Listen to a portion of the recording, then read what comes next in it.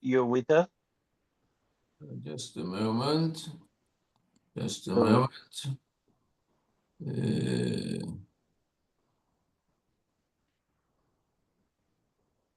Problem here. Yeah. Okay. Okay. Okay. Mm, Just a we have moment. the we have the text that you sent to us. Okay. Do you want me Yes. to share? Do you want me to share it? Yes. Just a moment. I want, yes, but I don't have some problem here. Okay. Okay. Yes, please. Let's see. Is this the one? It sure is. Thank you very much. Good evening to all of you. I just say okay, but this being recorded, I don't know if it's worthwhile, but I'll say okay. Um, uh, uh, there's a vav missing, but I missed it. It's supposed to be ulekachtem in the beginning of this verse, but we will do without that vav, but we should put it there. Anyhow, I actually see Rab Meir in the translation. yeah, There's also they translated take. It didn't say and yeah, you shall take. So it yeah, actually, yeah. yeah, yeah, okay. You're right. Okay, so again, shalom to all of you. Shalom to Rav Michael, Moshe David, and all you friends. So I try to discuss with you, to study together with you a Midrash, and you've already probably found out that Midrash has some kind of truth to tell us. It's not halacha, it can be a story, it can be a commentary to a verse, and it can be all kinds of things. I think I already told you once that someone tried to define what is a Midrash Agadah, an Agadic Midrash, and they were not really able to define it, and they said it's not halacha, and, which is usually true. Anyhow, we will get into the text. This is Parshat Bo, when finally the people of Israel leaves Egypt after the 10 plagues. Now, the Torah describes what happens in chapter 12 of Exodus, of the second book of Moses, and which is in our parasha. And there we find that at a very dramatic moment, the people, they take this blood of the sacrifice and they put it on the door. We remember that probably. Let's just have a look at the verse in front of us. Take a bunch of hyssop, which is a very, very small thing. Dip it in the blood that is in the basin and apply some of the blood that is in the basin to the lintel and to the two doorposts. None of you should go outside the door of your house until morning. Okay. Why is it so dramatic? Because here it happens. Here they choose what to be. We could say they choose their identity. They've been in Egypt for ages. And now comes the moment when they have to show where they belong to. Do they belong to the doors, the houses of the Egypts? Or do they belong to this new people with new ideas and with new belief? So they take this bunch of hyssop, I don't know how to say it really, which is called azov in Hebrew, and they dip it into the blood and they put on the doorposts and on the lintel, and by that they show where they belong to, we could say. And then they are saved at that night. Now the Midrash, we will see two parts of the Midrash. The first one is not the main part of what I'm going to speak about tonight, but it's also important. It's a part of it, so we'll see it. And then we will get into the other part, which is more is the main message tonight. Okay. Anyhow, so the Midrash sees the words of Agudat Ezov, a bunch of hyssop, a bunch. Bunch? Why a bunch? Why is it important that it's Agudat Ezov? Let's pay attention. Why is it Ezov? It could be higher things growing, not these low ones. Let's pay attention to that. And so the Midrash says the following. Another matter means here they've already given us explanations, and now they're given other explanation to these words. It says in Hebrew, davar acher, and here he translated another matter. You should take a bunch of agudat hyssop, ezov. In other words, says the Midrash, I will render you an association, agudah, for myself. That is, in the text, it says, you take a bunch, but here the Midrash says, you take it for me, and I will render you an association for myself, an agudah, even though you are lowly, like the hyssop, as it is stated, and you will be my treasure from all the peoples. So, what does he want to say? It might be the following. When you pick together an agudah, which he calls a bunch or association, he makes it here, you take one, and again one, and again one, and again one, and you pick, and you pick, and you pick, until you have this bunch.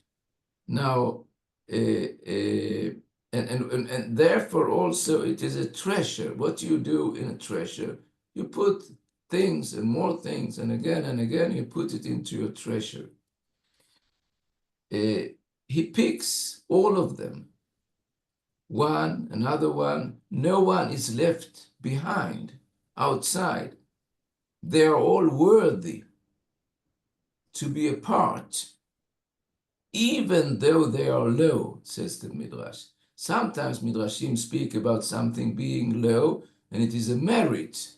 You're humble, and so on. But here it says, even though, says the Midrash, even though you are lowly. What does it mean? Meir, in his wonderful Perushim, he says it might be that their moral level is low. They have been in this Egyptian culture for many years. They've been a part of it. They are perhaps even, as the prophet Yechezkel says, perhaps they're even a part of Avodah Zarah, of the pagan world. So they are sort of lowly. But Hashem says it doesn't matter.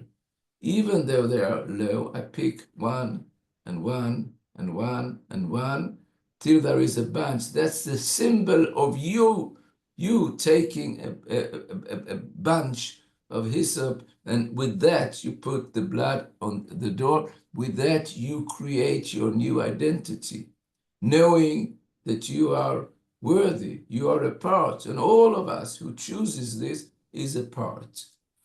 Okay, I return to the Midrash, and here we come to the next part of the Midrash. You apply blood on the door, we say in the verses.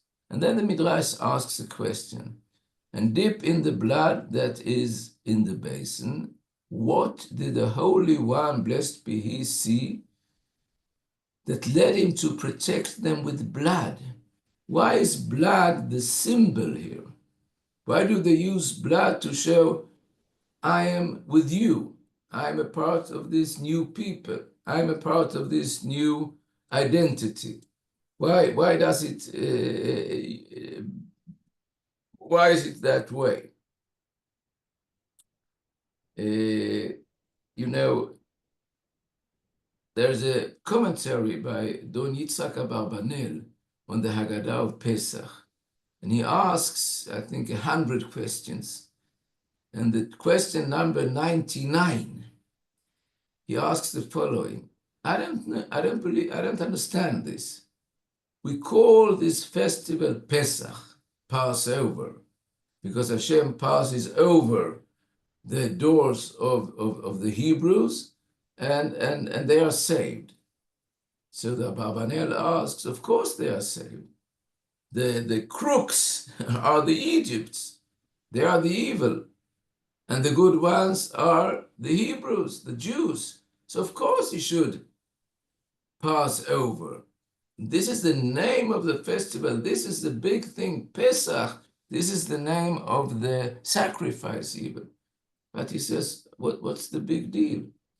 When I put this question to my children, now it's grandchildren, I used to say, let's say that the police comes to take a crook, and then here lives a good man, here lives a good man, and no, the other way. Here lives a crook, here lives a crook, and here lives a good man. Should the police go into the house of this good man? And the children say, no, of course not. So I ask him, so well, what's the big deal of Hashem passing over the doors of the Hebrews? Of course he should pass over them. What's the big miracle with that? What's the big thing? And the answer is, or might be, I don't think that's what the Abarbanel answers. The answer might be, this is the dramatic point in this story. These slaves choose their identity. And Hashem passes by because they have chosen. They have chosen not to be Egypt. Therefore, it's very, very important. Now, asks the Midrash, so why is this done by blood? And let's see what he answers. And dip it in the blood that is in the basin. What did the Holy One, blessed be he, see that led him to protect them with blood? Answers the Midrash, it was in order to evoke for them the blood of Abraham's circumcision. It should sort of remember that many, many years ago, Abraham, he was the first one, and he became a part of, well, not a part, he became the first one to choose his new way. So put blood in order to remember the blood of his Brit Milah in those days. Continues the Midrash. Here I left something out. And touch the lintel upside, the mashkof, due to the merit of Abraham, and on the two doorposts, due to the merit of Yitzhak and Yaakov. Due to their merit, he will see the blood and will not allow the destroyer to come to your house to smite you. Now, I would like to ask you, why are we all of a sudden interested in the forefathers and mothers as well, hundreds of years afterwards, when the main actors are they themselves, this new Jewish people? They are choosing. So why go back to the fathers?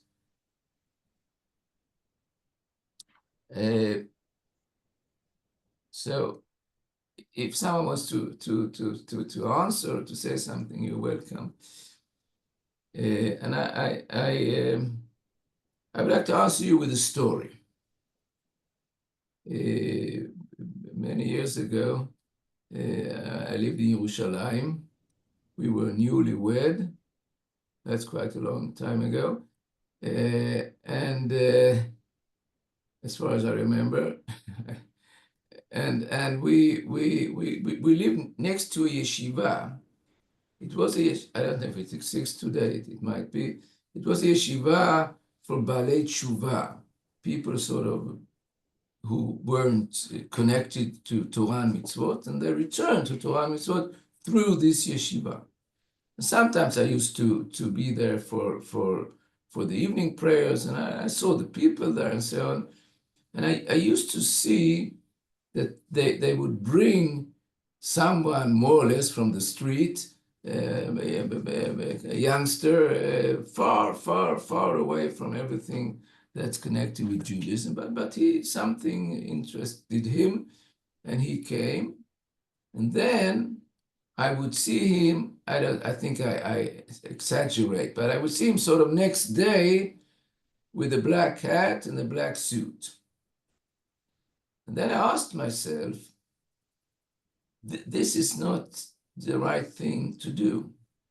You can't make a process like that in one night to change your identity. He was choosing a new identity, this young man. But to change your clothes, to change yourself completely, I asked myself, this can't work. It has to be a process. And you should remain natural. You should remain yourself, changing. I remember many years now I'm teaching in a yeshiva, not such a yeshiva, another yeshiva. And sometimes we have discussions. I have discussions with my colleagues, and there is someone, a good friend of mine, he uses to say, why don't they change, the students? They study Torah a lot, and they see things, they hear things, and they should change. And I always answer him, no, they shouldn't change. The person should be who he is. He can develop. He can build a second store, he can be bigger, but he shouldn't change. The person should be himself. And therefore, perhaps, the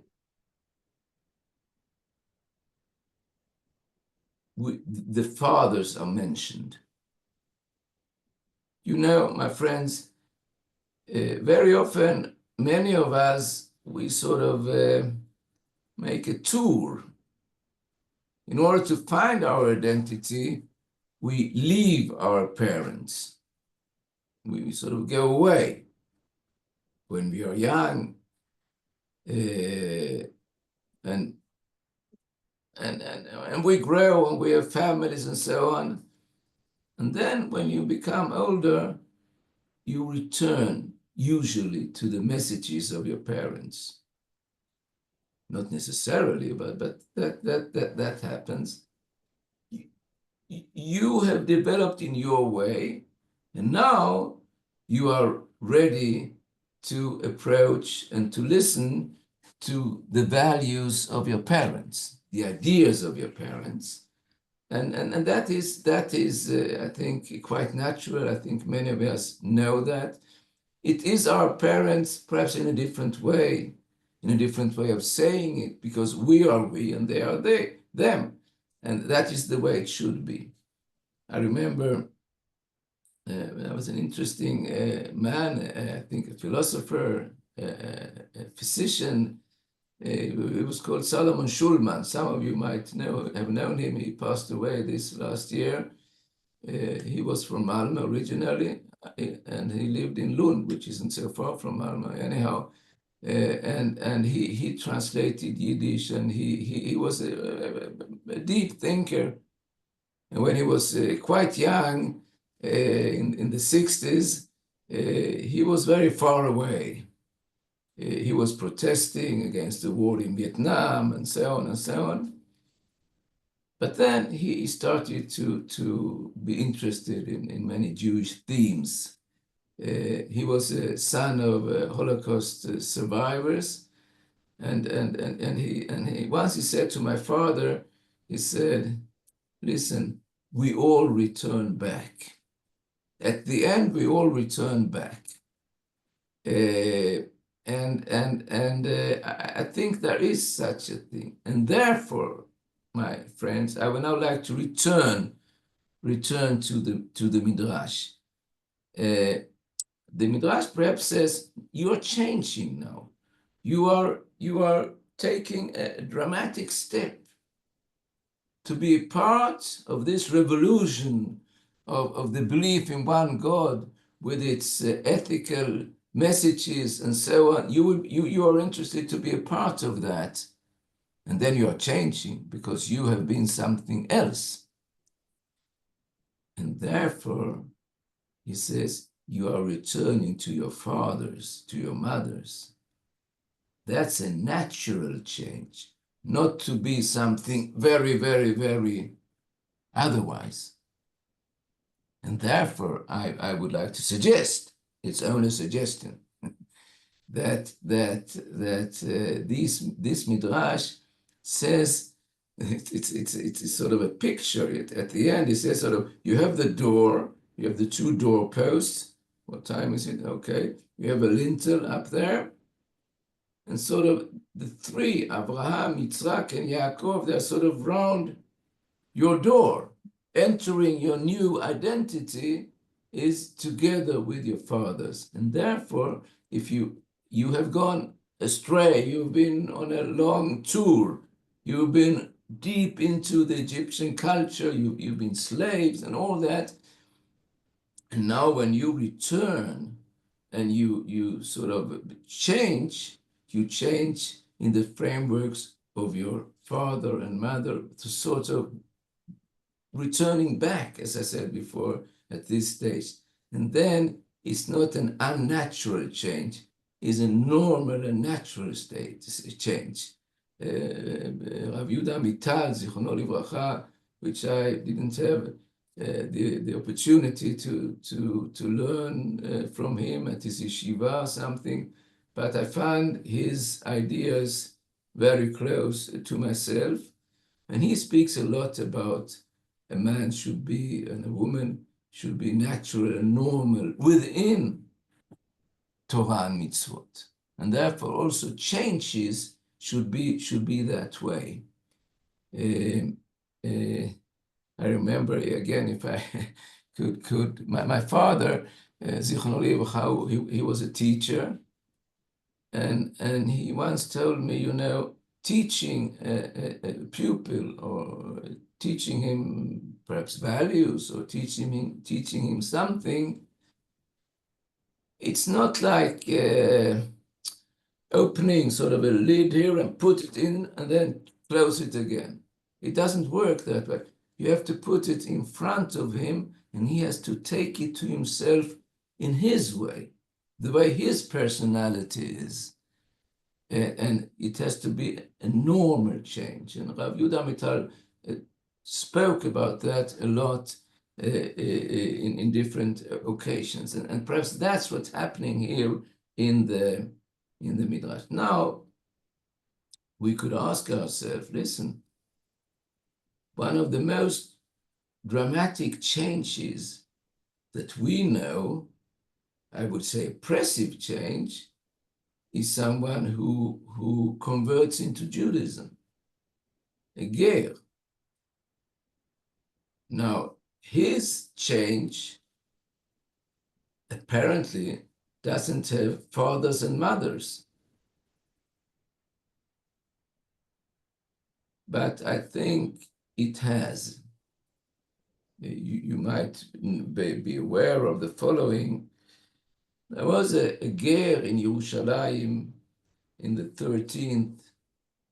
12th century. He wrote a letter to Rambam. The ger, Rabbi Ovadia, he was living apparently in Yerushalayim, and Rambam was in Egypt, and he sent him a letter. And he asked the Rambam, when I pray, how can I say Elokeinu v'Elokei Avotenu, the God of our fathers? How can I say Asher Bachar Banu, God has chosen us. He didn't choose me. How can I say, I don't remember, all Hivdilanu, Asher Bachar Banu, Avotenu, and so on and so on. How can I say all that? Now, there are sources in this question, and the Rambam mentions it later on in Mishnah and so on, but we won't go into it at all. But the answer of the Rambam is, you should say exactly what every Jew says when he prays, or she prays. Exactly the same thing. Our fathers, our forefathers, Abraham, Yitzhak, and Yaakov. Why? Because Abraham is your father. Abraham is Ab Hamon Goyim. He's the father of many, many peoples. And in our tradition, says Rambam, Abraham is a father also to the one who converts. So also he or she who become a ger, not even they have to feel a too dramatic change. It is a dramatic change, but we can also think about returning to forefathers, because they are Jews, born Jews or converts. It's all the same. That's no different altogether. It's our father. So he answers so with such a love. He answers this Rabbi Ovadia again and says, you should of course say what we all say, and it's your father, not less than it's my father. And Sarah is a mother, not less than it's my mother. So if I would like to sum up what I've talked about, the verse itself puts this sort of in the middle of the parasha, what I call, when we talk together, the people deciding to be a part, to have a new identity card. And that identity card is through the blood that they put on the doorpost. This I belong to this. My neighbor perhaps not, but I do belong to this. And then the Midrash, in its deep wisdom, comes and say, this is the blood of the circumcision of Abraham. Abraham, Yitzhak, Yaakov, they are here, perhaps, I say perhaps, you should always say perhaps, in order to show that it's something that belongs to us, and therefore it's natural and normal, even though we do a dramatic change. Okay, this is what I wanted to say. Thank you for listening. Thank you, Reb Meir. Eden, Liora, you had your hand up before. Did you want to say something? I didn't see anything. Honestly, I'm sorry, I cannot remember what we wanted to say. I'm sorry. Okay. Okay. Florian, you have your hand. Yeah, is it Yeah. yeah, is it on? Yeah, Okay. go on. I think what came to me when reading this was perhaps another thought of a link to the past that kind of like bridges to the future. Looking at it from the context of their surrounding culture, which was Egyptian. Blood in Egypt had a very, very odd standing. It was somewhat reminiscent for most people of Shemzu, which was their perceived deity of crimson, of horror, of death, of like, not the very nice things. The Hebrews, being surrounded by that culture, obviously would have at some stage developed a similar association with that. So in order to remove that association, or perhaps restore a different one, that link to past generation needed to be in a way reinstated, or they need to be reminded of it. Which I think kind of works quite well with the idea that a lot of the past for us informs the future, or the past somewhat is our future, and the future is somewhat also the past. That link of the generations really need to be brought back to people's minds, because their association with blood, or what they thought of when there is blood, would have immediately, of course, brought that Egyptian culture back into their, or like into their mind first. Yeah. And still now we're always told Yeah. to remember. Yes. And Remember Shabbat, remember Mhm. so many things. just to follow up, Eric, what you were saying is that the first Makkah, right, the first distinction that was made, and the first, right, the first plague was Mhm. blood, right? Mhm. So it was Yeah. in that way similar, something that was similar for them, but that came against them as Egyptians, and something in this case, like Rav Meir was explaining, that not only protected them, but even at the lowest levels that they were, that maybe they didn't deserve to be redeemed, by connecting them to their fathers, made that distinction between Mhm. that pagan worship, like you're saying, and Am Yisrael. Meir, did Mhm. you want to comment just before we have Yes, Michael? I would like to say thank you very much. It's very, very important, I think, studying a text like this, that it's obvious that I got my way of thinking towards this text, but this text sort of invites ideas that you might have, and she and he and so on, and therefore we shouldn't start discussing usually, but we should accept your idea is very good, and so on, because that's the way of these texts. So thank you very much. Very good. Thank you. If we had a proper Beit Midrash, we would all be able to share it beyond the challenges of the screen. But thank you for stepping forward, Eric, and that. And we'll pass the mic over. Thank you very much, Rav Meir.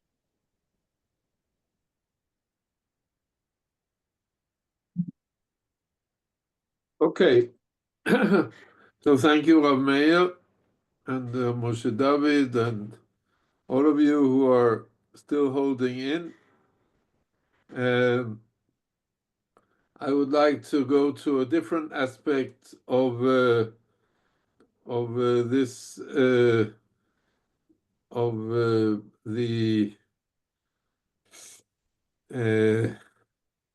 of what happened in these very decisive moments of the creation of what Rameir said, the new identity, but these were very, very dramatic moments of for the Israelites, or what later we call the Jewish people, and these are also dramatic moments we're going through these days. I want to remind you that tonight is Rosh Chodesh. Tonight is the beginning of the new month of Shvat, and according to some of our sages, this is the new year for the trees. Others have to wait for another 2 weeks for Tu B'Shvat, but it's an important day, Rosh Chodesh in itself, and we will go in to see why this is an important day. But what you have to know is that this day was a holiday in the biblical time. This was a holiday, a day off. We still have a little bit of it left. We call up to the Torah. For those who go to the synagogue tomorrow where you have services, we call up 4 people for the Torah reading tomorrow morning, as opposed to 3 people, which we do on weekdays. The reason we only have 3 on weekdays is that people don't have time, and they have to go off, they have to work. But on holidays, we can call up 4, and that's what we do for Pesach and Sukkot, where we through Chol HaMoed, we call up 4 for the Torah because we have time. It's holiday, we take off from work. We don't work on the holidays. If you don't absolutely have to, then you can take off from work. And we can see from many signs in the Bible that this was a day. It's also in the Torah compared. It says, "B'yom simchatchem u'moadeichem v'rashei chodshechem." It says on the days of your holidays and your atoned days and your new months. This is compared in the text in the Torah that these were holidays. These were full holidays. There's a tradition that especially women keep Rosh Chodesh as a holiday. There's a whole story around that, which I won't go into now. Why that is so, and we have a special offering on Rosh Chodesh, just as we have on the holidays, and that is why we have the Musaf, the extra prayer on Rosh Chodesh, just as we have on all the big holidays, on Pesach, on Shavuot, and Sukkot. We have Musaf, which we don't have on Chanukah and Purim. We don't have Musaf, but Rosh Chodesh is there, a higher status, like the holidays. So it's an important day, and today is Rosh Chodesh, and I wish you all that we have a good Chodesh, and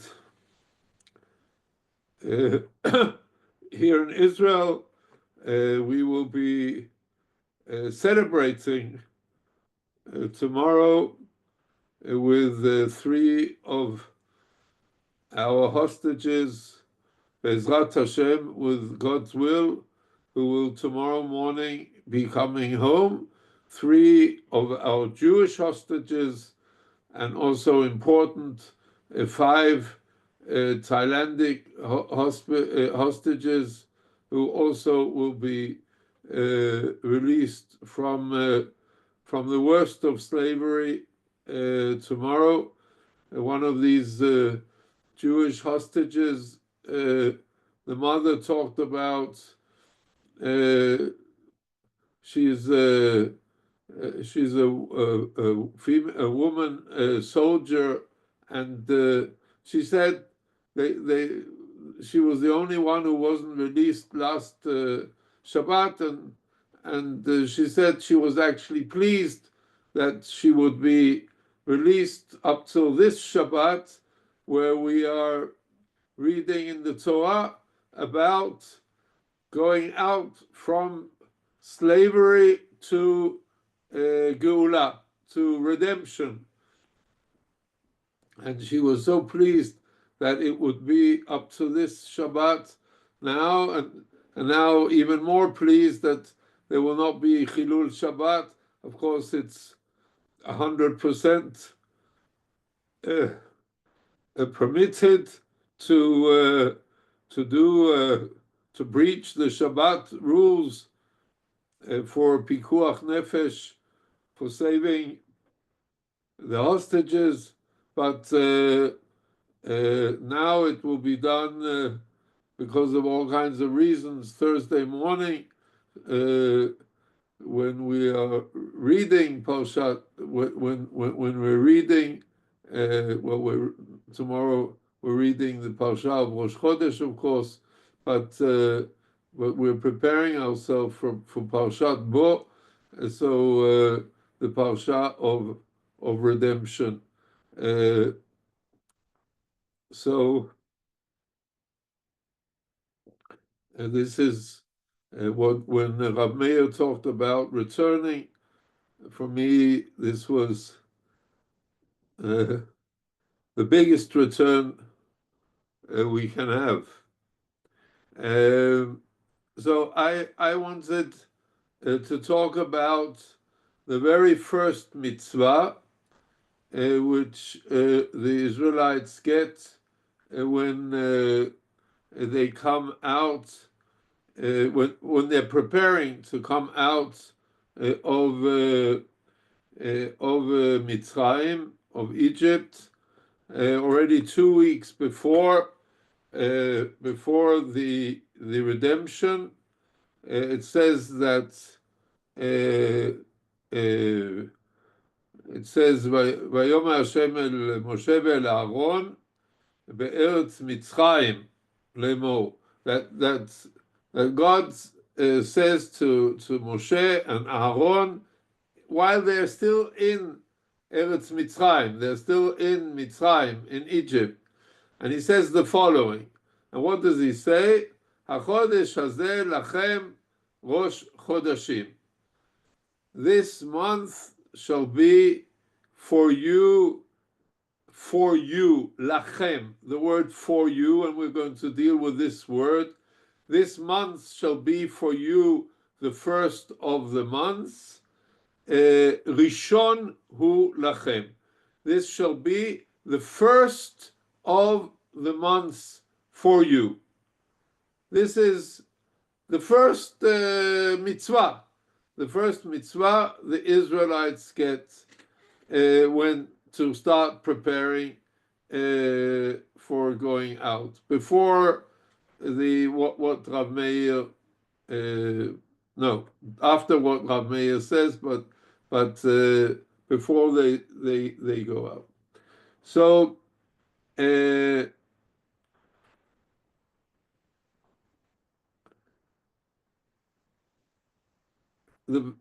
there's the famous Rashi on the first Rashi of the Torah, which explains that really the Torah should have started here. And there's the explanation why the Torah didn't start here at this point. But this is, in any case, the first mitzvah, and the Midrash Rabbah, the Shmot Rabbah, which we don't have in front of us, says, which is also brought by the Rashi interpretations, that this month shall be for you, that this is set by God to Moses and Aaron, and Aaron, it says, Ani v'atem nikadesh et hachodesh. You and I together, we shall sanctify the month. This is what we do together, a joint project of God the Almighty and of the Israelites, of the Jewish people. This is a joint project we do. And the truth is that it's really not only a joint project, but it's mostly the project of the Israelites, of the Beit Din, because God is the one who fixes nature and he fixes the moon. But afterwards, it's left up to us.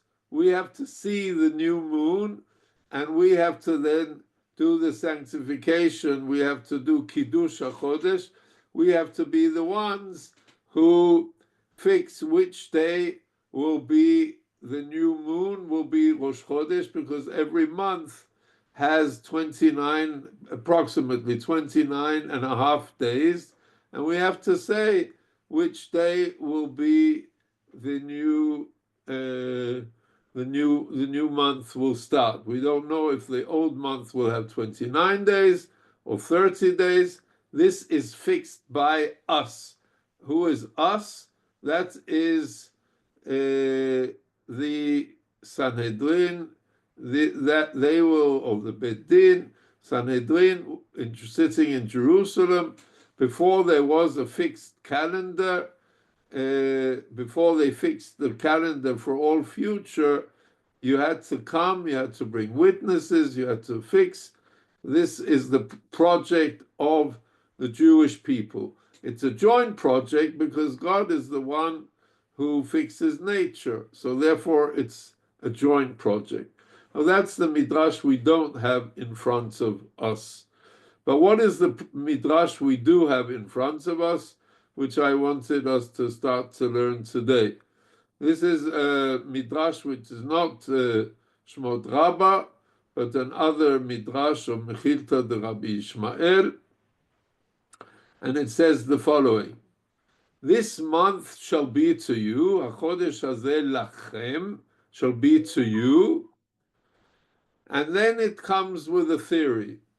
Adam, the first human being, Adam Rishon, so it says, Adam Rishon, he did not count by it. He counted by Tishrei.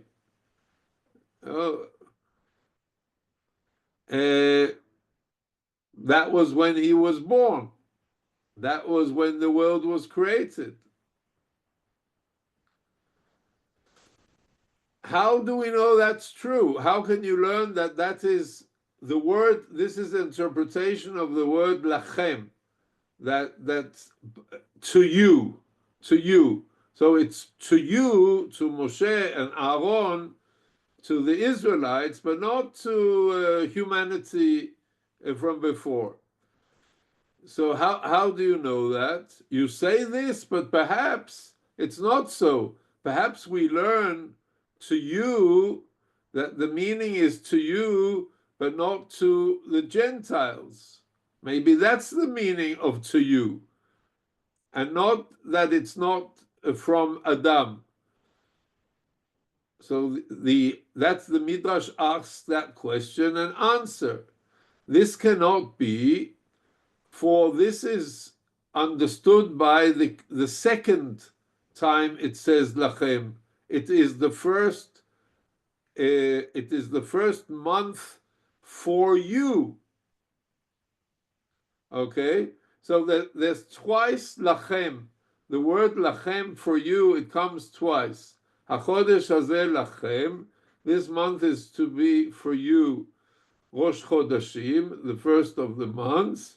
Rishon hu lachem. It's the first of the month. So the second lachem comes to teach you that it's for you and not for the Gentiles.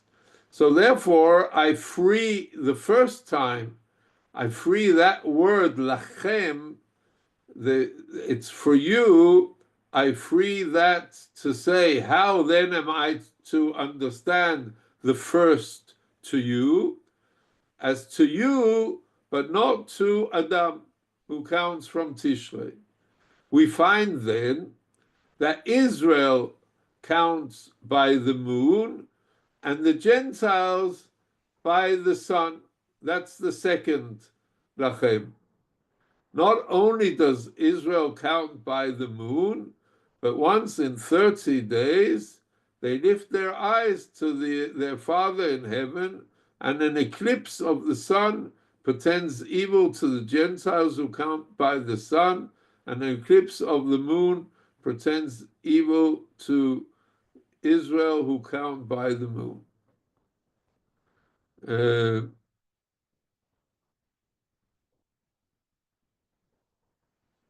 Okay, that's when there is an eclipse. That's a sign that when there's an eclipse, then this is a bad sign. But I didn't want to go in. I don't want to go into that.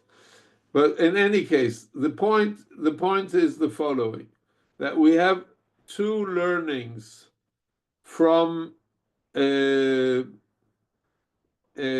word lachem.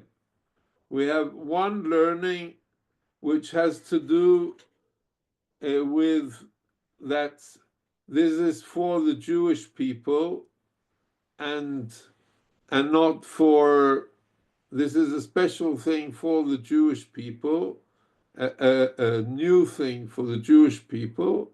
And we have another learning that it began with the Exodus. It began with the Israelites going out from Egypt.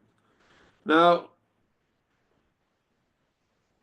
this is very important because the Israelites coming out from Mitzrayim, that it began there, tells us something about the importance of the Exodus, of freedom.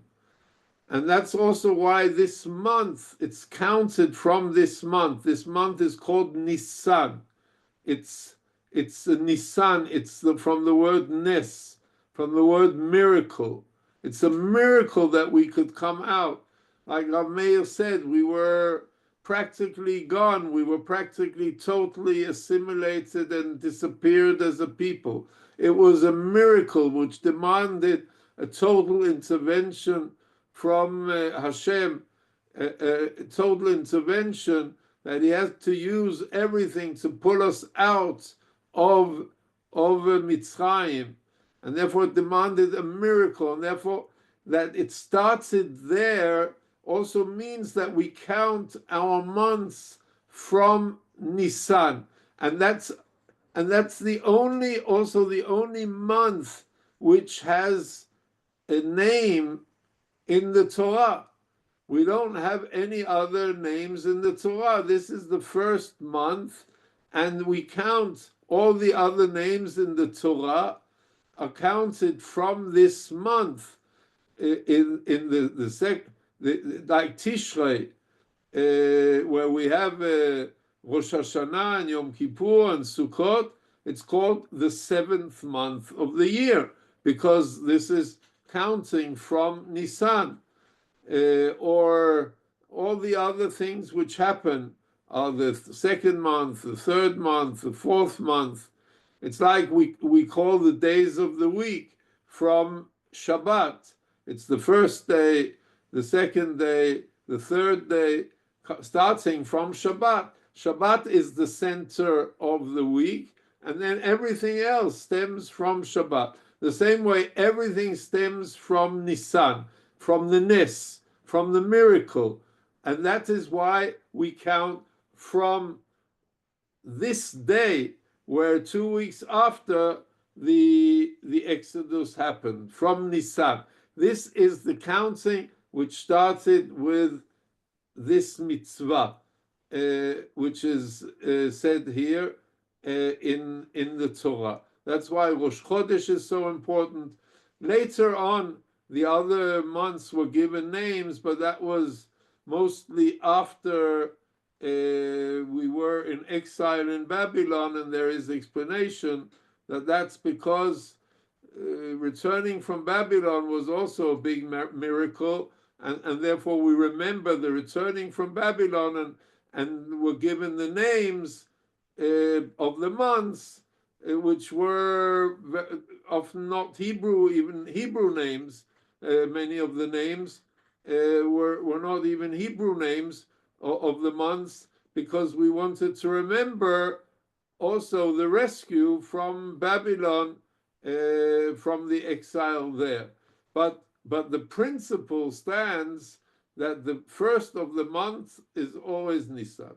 The second idea, which we talk about here, is the beautiful idea that it is given to the Israelites, that this is a new thing, given to thank you very much, Yuka, given to the Israelites, that the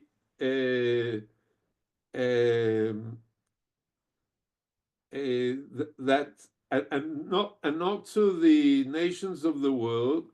Why is this so important? I wanted to study another Midrash, just to tell it. We can just take the very beginning of the second Midrash, just to see why is this such an important idea, given a sensation given to the Israelites.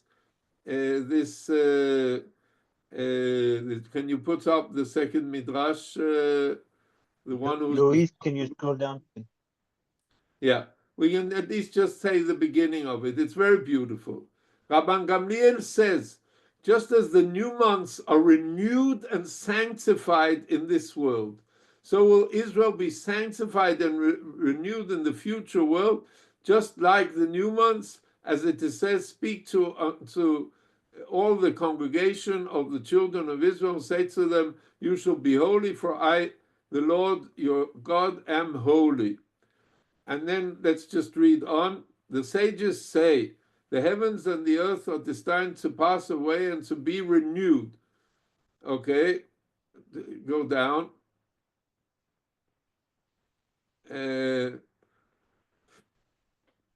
What is written concerning them? All the host of the heavens shall be dissolved, and the heavens shall be rolled together as a scroll, like a Torah scroll. Just as when a man reads in the Torah, scroll of the Torah, and he rolls it, and again he opens it to read therein, and he rolls together. Likewise, in the future, will the Holy One, blessed be he, roll together the heavens like a scroll, as it is said, and the heavens shall be rolled together like a scroll. Go on. Go on. I just want to read the end. Just as a man spreads out his garment and folds it up, and again he unfolds it and puts it on and renews it. Likewise, the Holy One, blessed be he, in the future will hold up the earth, and again he will spread it out and put it in its place like a garment. Okay, go down further. Go down further.